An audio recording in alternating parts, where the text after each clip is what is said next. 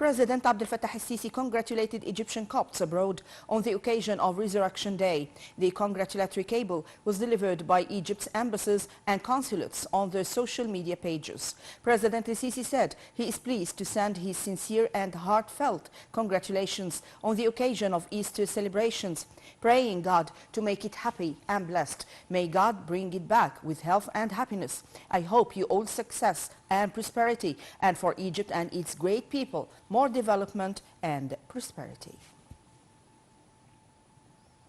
Pope of Alexandria and Patriarch of St. Mark's Cathedral, Tawadros II, received on Thursday greetings on their Resurrection Day. The details. Grand Imam of Al-Azhar, Sheikh Ahmed Al-Tayyib, congratulated Pope of Alexandria and Patriarch of St. Mark's Cathedral, Tawadros II, on the Resurrection Day. In a phone call, Al-Tayyib expressed sincere greetings to Coptic Egyptians and wished the Pope health, prosperity and success on the occasion. The Grand Imam stressed the significance of unity and brotherhood binding Muslim and Christian citizens, describing it as a strong connection that is capable on facing challenges. Meanwhile, Pope Tawadros expressed gratitude and pleasure for the Imam's congratulations and sent his greetings for him and to the Muslim nation on the occasion of Eid al-Fitr. Earlier, Minister of Interior Mahmoud Tawfiq sent a greeting cable to Pope Tawadros II marking Resurrection Day. The Interior Minister expressed his sincere wishes to Pope Tawadros and the Orthodox Copts on the occasion and wishing more correlation and unity among all Egyptians. Tawfiq also sent greeting cables to Patriarch of Catholic Coptic, Patriarch of the Evangelical Community. The Interior Minister also greeted commanders, officers, civil workers and soldiers of peacekeeping missions. Also on Thursday, General Commander of the Armed Forces, Minister of Defense and Military Production, Mohammed Zaki, sent a greeting cable to Pope of Alexandria and Patriarch of St. Mark's Cathedral, Tawadros II, on the occasion. The Defense Minister expressed the Armed Forces' appreciation to the Pope's patriotic stances, supporting values and principles of the Egyptian nation. Armed Forces Chief of Staff Lieutenant General Osama Askar also sent a greeting cable to Pope Tawadros II.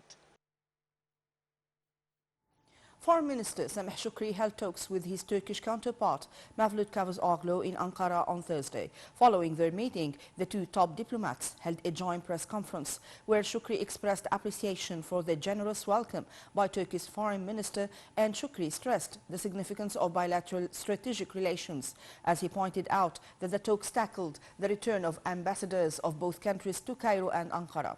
He also reiterated that both sides are preparing for a coming summit between President el-Sisi and Turkey's President Erdogan.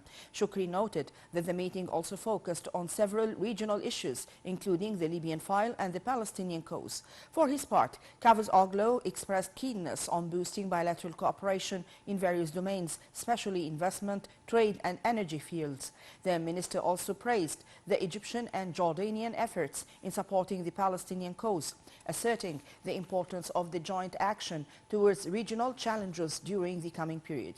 Foreign Ministry spokesman Ahmed Abu Zaid said the visit aims to continue discussion over a normalization path of Egypt-Turkey relations to boost bilateral cooperation in various domains. Abu Zaid noted that the visit comes as a continuation for previous talks between the top two diplomats held in Cairo last month, as well as consultations over several regional and international issues of mutual concern. Deputy Foreign Minister for African Affairs, Ambassador Hamdi Louza, denounced the Ethiopian Foreign Minister's accusations to Egypt of trying to politicize the file of Nile River and the so-called Renaissance Dam. Louza stressed that Egypt's concerns about the repercussions of this project on its water security are real and based on scientific documented studies. He added that the ongoing Ethiopian claim to Egypt of politicizing the issue of the dam is an attempt to escape bearing legal responsibility and not respecting the international law and principles of good neighborhood. Egypt welcomed on Thursday an agreement on the resumption of bilateral diplomatic ties, which was reached during the second meeting of the Following Up Committee on Qatari-Bahraini Relations. In a statement issued by the Foreign Ministry, Egypt expressed its full support to all efforts aimed at enhancing ties between the two brother Arab countries, as well as dealing with challenges facing their relations. Cairo further hailed the agreement's positive developments at the level of pushing forward the joint Arab action and solidifying the Arab unity. It stressed that such efforts are aimed at consolidating ties among Arab nations as well as realizing their joint interests.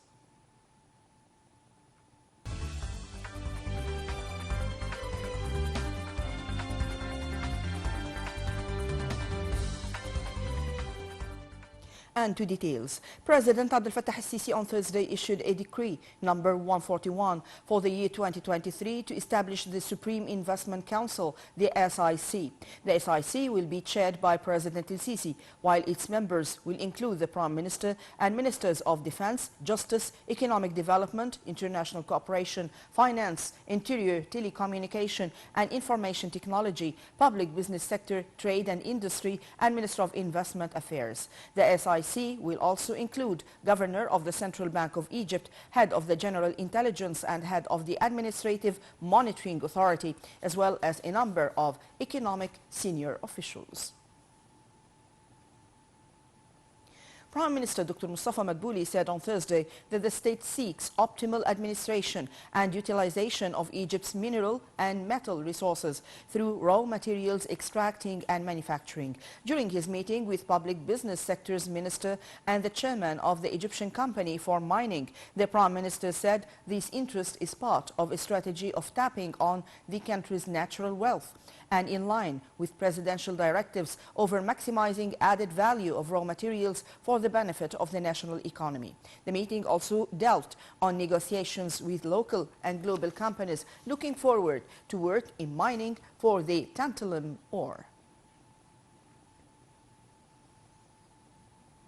Minister of International Cooperation Rania Al-Mashat and Egypt's governor for the World Bank participated on Thursday in a session organized by the International Monetary Fund, IMF. The session tackled energy safety and climate finance, comes within the spring meeting of the IMF and the World Bank in Washington. During the meeting, Al-Mashat asserted that Egypt, during its presidency over the COP27, seek to transmit aspiration into implementation. The minister illustrated that summit aimed at boosting efforts of joint climate action and sustainable development. Egypt's stock market indices fluctuated on Thursday, being bolstered by purchasing operations by Arab and foreign investors. The main EGX 30 index soared 5.55%. The small and medium EGX 70 index lost 0.14%. The more expanded EGX 100 index soared 0.43%. The overall transactions and dealings within the session reached £7.1 billion.